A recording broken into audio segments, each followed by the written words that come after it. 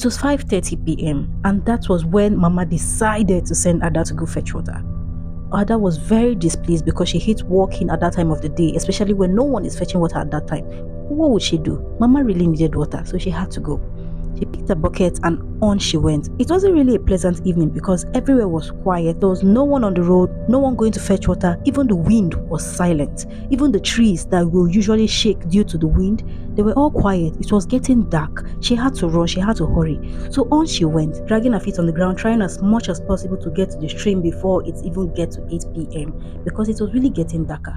It was going deeper and deeper into the forest because obviously before you get to the stream, you have to pass through those normal village, deep forest bushes and all this stuff.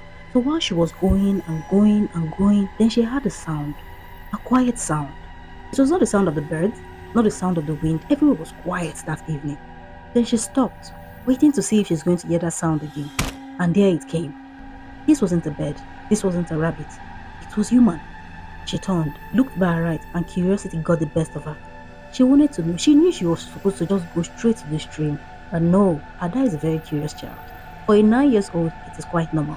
So she went, she turned to the right, and she was heading towards the direction where the sound was coming from. As she went deeper and deeper, the sound became really clear, and then she sighted a house, a thatched roofed house, deep into the forest. No one would ever believe a house could ever exist in that location.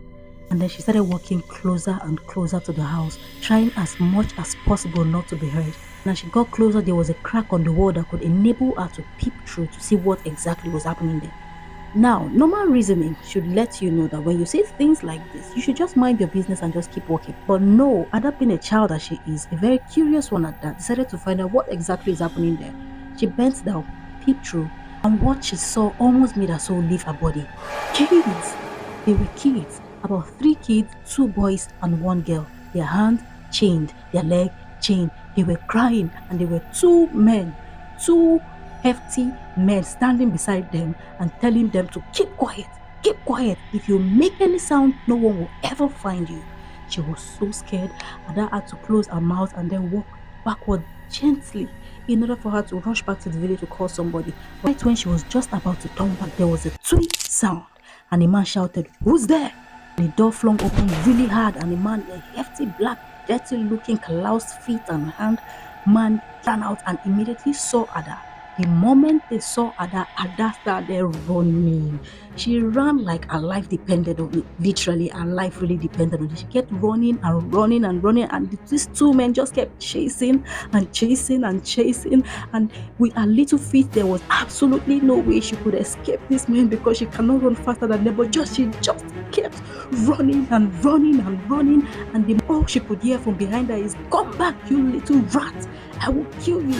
Ada ran straight to the stream and then fell down to the ground, but she was able to pick herself back up, and they kept running and running and running, and was able to sight the lantern from the village. Just when she was about to scream for help, then a hand jacked her from behind and said, "You, I finally caught you. You have seen too much." Ada kept scratching and pushing and biting and doing every single thing she could just to get away from this man, but there was no way. Then suddenly she heard, "Ada!"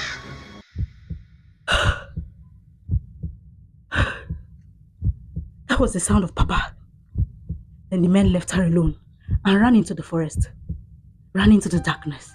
Then other men came with their machete, with their lantern, the night watch. Everybody came because apparently they have been looking for Ada, because Ada have been missing for the past 3 hours. Only God knows why it was 3 hours. But then, luckily, she was saved. She was taken home. The kidnapping den was discovered. The children were rescued, the parents were called, everybody went back to their respective home. As she laid on the bed that evening, the fear of what could have happened to her could not just let her sleep. Ada is now 16 years old, but she said sometimes she could really swear she still hear that voice telling her, "Come back, you little rat." That's the end of my story. For more stories, follow me and give me a big heart. Bye.